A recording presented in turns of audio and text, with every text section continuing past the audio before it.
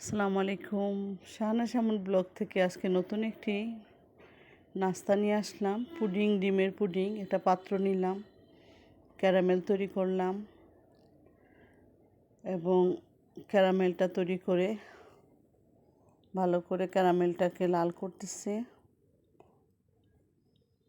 ক্যারামেলটা তৈরি করে ভালো করে নেড়ে চেড়ে রেডি করে নিয়ে আসছি ক্যারামেলটা। এখন একটা পাত্রে ডিমগুলো ভেঙে নিচ্ছি। সবগুলো 6টা ডিম নিয়েছি। 6টা ডিম সুন্দর করে ভালো করে একটা স্টিলের বাউলের ভিতরে ভালো করে 6টা ডিম ভেঙে নিচ্ছি। এক পরপর একটা একটা করে ডিমগুলো ভালো করে ফ্রিজ থেকে নামিয়ে রেখেছি। ভালো করে একটা ভালো হ্যান্ড ওয়াশ দিয়ে ভালো করে এটাকে মেশ করছি। ডিম যেন কুসুমটা না থাকে, ভালো করে ফিরতে হবে। সাদা অংশ এবং কুসুম মিক্স করে এর ভিতরে এখন মিশিয়ে দিচ্ছি দুধ, চিনি, ঘন করে জাল দেওয়া দুধ, চিনি।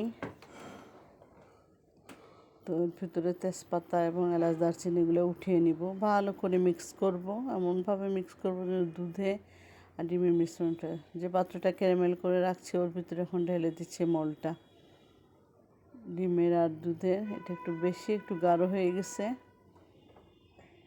এখন এটাকে পাত্রের মধ্যে ঢেলে দিয়ে একটা স্টিলের সসপ্যানের ভিতরে ঢেলে দিচ্ছি।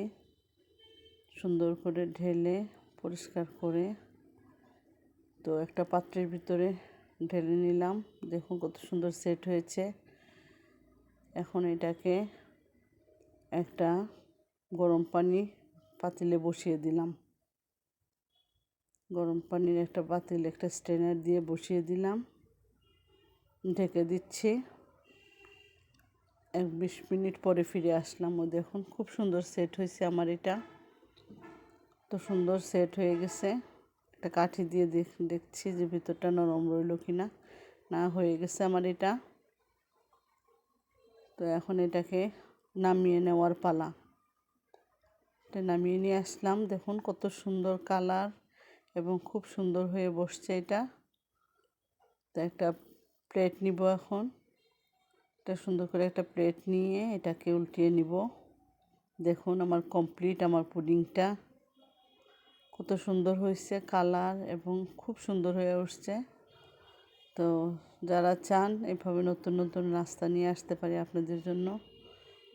দেখুন কেমন হয়েছে, অবশ্যই লাইক, কমেন্ট, শেয়ার করবেন, সাবস্ক্রাইব করবেন। ঠিক আছে, আর কেমন হলো জানাবেন। আল্লাহ হাফিজ।